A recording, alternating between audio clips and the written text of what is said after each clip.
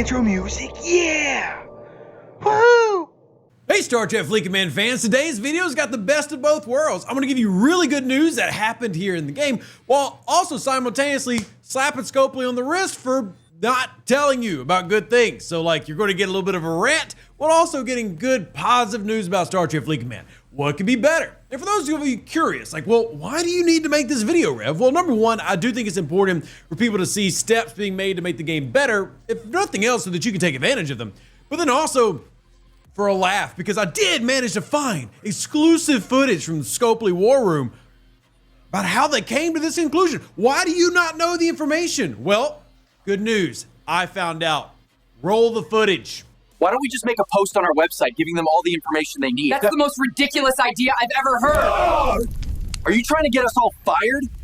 So all joking and fun aside, I do want to really push that Scopely, look, we want great communication. We want you to continue to provide that. And for whatever reason that we didn't have that in this patch notes, there was not a quality of life byline here in the notes, which previously had been at the very top. So just real quick, Scopely, not trying to be a butt, you were doing well and then you didn't this time around, so whatever. Now there's also been instances of bad communication. We'll have some of those laughs towards the end of the video, specifically for our level 70 players out there. But let's jump right into what has actually changed for the positive. Spinny Q thingy. So I believe this is one of the best things, and maybe the best thing that came out this month in terms of quality of life, and sadly, this didn't even get a vague reference like some of the other things we'll talk about today got in the patch notes. But the biggest change here, I'm gonna click on one of these to show you, and the biggest I've been able to convert was 1,000. However, click on this one right here. Boom. This allows you to convert everything all at once for your temporal remnants, or your remnants. Now you can also do that for your disruptors, which we'll talk about here in a second. But this took the system that's in the refinery that had a limit of 50, and this lets you do all of it all at once. Now this opens up a ton of really cool possibilities, in my opinion, for the future in terms of quality of life. Because if we've gotten to the point now where we're doing more than 50, in fact, I did over 1,000 on one of these on stream the other day, that means we can now start taking advantage of that in other areas of the game. Shields, more sliders. Donating to your alliance, more sliders. Specifically things that go beyond a limit of 50. What about actually doing ship BPs? Do all the ship all at once instead of doing it 10 or 50 at a time. I think this is a fantastic improvement in the game that makes the game easier and takes one of the more complicated features I did a video about a few months ago and makes it a little bit more streamlined. Now it is still a lot, and you do still need to go to each individual item and convert them there. But it's all centralized, bringing things back to the artifact gallery. And if you're talking about temporal items as well, like the Eye of Ra, you can do that here, turning your Eye of Ra into temporal disruptors immediately. Now you might want to save that for Alliance tournaments. I know a lot of people talk about that with their disruptors, but this now makes everything centralized right here. Instead of having to jump over to the refinery and back and forth, you can do a lot of that where it should have always been, if I'm being honest. But I love the fact that we can now convert a lot all at once, and that truly is a fantastic quality of life change. And I think of it also from the aspect of what more can this be adapted to? And I think about shields in the game. I think about ship BPs and anything that can do a turn-in of any type. I really like this, and I'm very happy they did it. To be very clear, Scope, but this is a positive video. This is me saying I like it. And also, while you're liking things, go ahead and like the video, because that helps out more than you might know. And I say that all the time, but it's still true. So seriously, like the video, but also we really like this, Scopely. This is the type of quality of life edition that we appreciate and that I will give you a lot of praise for. We can argue, hey, stuff like this should have been there already, but even then, fantastic. If you haven't seen it yet, go take advantage of it and start converting all your stuff. It's really, really good. Next on my list of 4 great quality of life improvements this month. Now this one's gonna be a little bit maybe harder to notice, but it is actually really nice, and they did a small little write-up in the patch notes, but they didn't actually explain what they did, so let me show you. What they've actually done is allow you to see XP changing instead of having to dock or check a battle log. So previously, if we want to check how much ship XP our combat ship or our miner had, it would always be stuck once it left the dock. So you can see here, 2,133,764. And previously, we'd either have to dock or actually go into a battle log to see what it had changed to. Well now, whether you're mining or doing a hostile hunt, it will adapt the actual XP right there at that same time for the ship itself. So as we come out now, you're going to notice the ship. Let me open up the Nova again. You're going to see right over there, bam, it changed. So if you didn't see it, show you again. 2,134,232. Let's put her back on a node, and we should just see that 232 increase. So I'm going to just throw it on a common real quick for the most recent content we have. Pop it off. You're going to see XP 335 added. So let's go take a look over there. What do we got? As you can see, 335 has been added right there. We're at 567 now. So again, a small update. It is not a massive change, but I think it is critically important that Scopely hear me when I say you really want to tell people you're doing stuff like this, because this small quality of life adjustment is big. I mean, it saves players time, which is kind of the theme of today's video for highlighting the QOLs, because all of them are saving clicks and time, which translates to players having a better gaming experience. And they might be small individually, but added together, they make the game better. And I really appreciate that, because now you can check how much XP have I earned? How close am I to maxing out this ship? And I can bring it back home when it's done and put out another one. Or for my hostile grinding ships, I can then track exactly what I'm getting, what I need left. And it's nice to be able to have that type of information versus trying to do a convoluted system, which is, oh, well, let's explore battle log and figure it out there. Or let's just take it all the way back home, which depending on where you're mining could be 30 seconds to 10 minutes, depending on where you have a ship at and what your ops level is. So another great addition. Again, it did a small byline in the patch notes, but I want to show you specifically what it does, because I'm a big fan of it. And if you can't tell, I like that one a lot.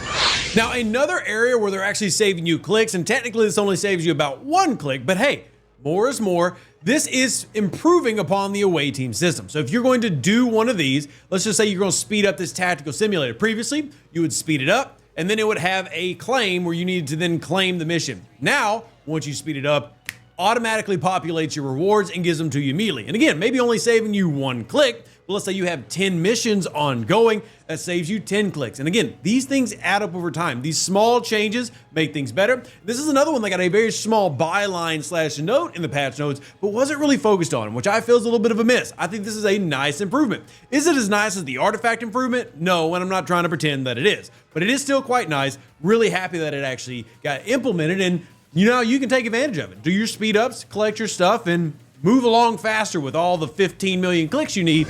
All right, so for our 4th one today, and again, I'm highlighting things I think are pretty nice improvements.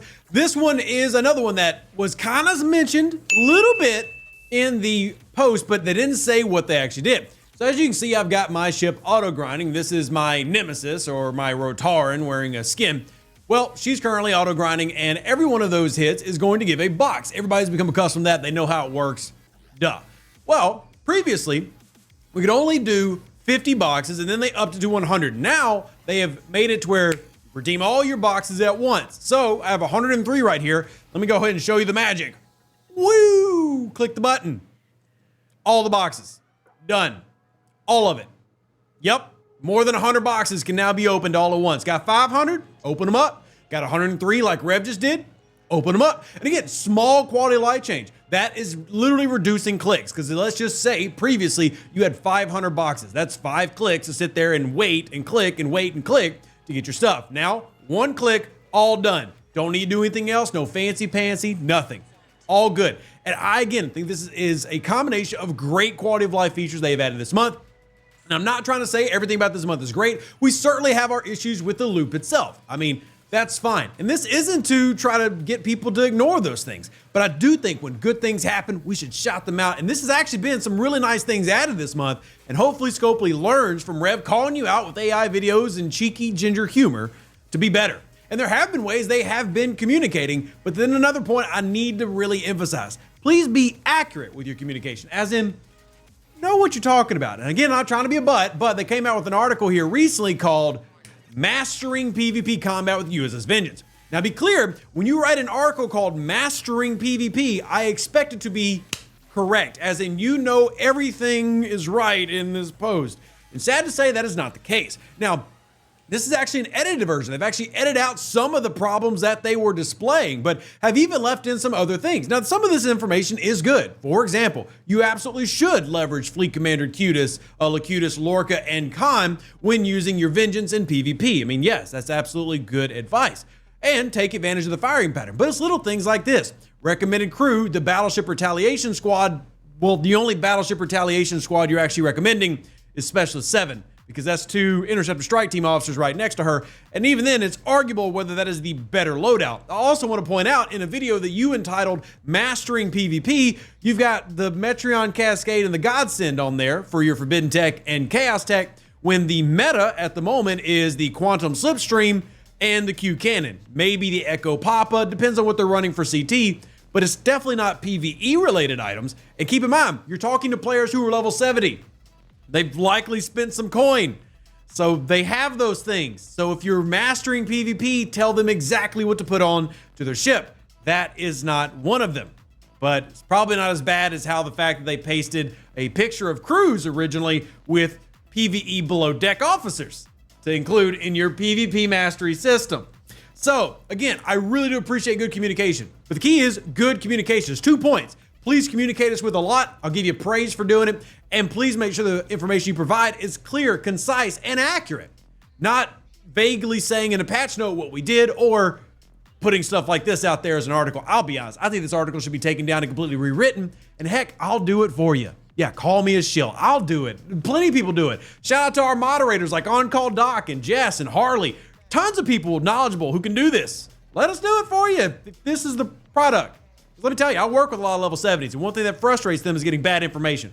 Because one thing way more valuable than their money is their time. You don't want to waste it. Anyway, let me know what you think about this video. Do you like the quality of life editions? And I'm assuming you would also like to argue for better communication. And if you would, comment down below.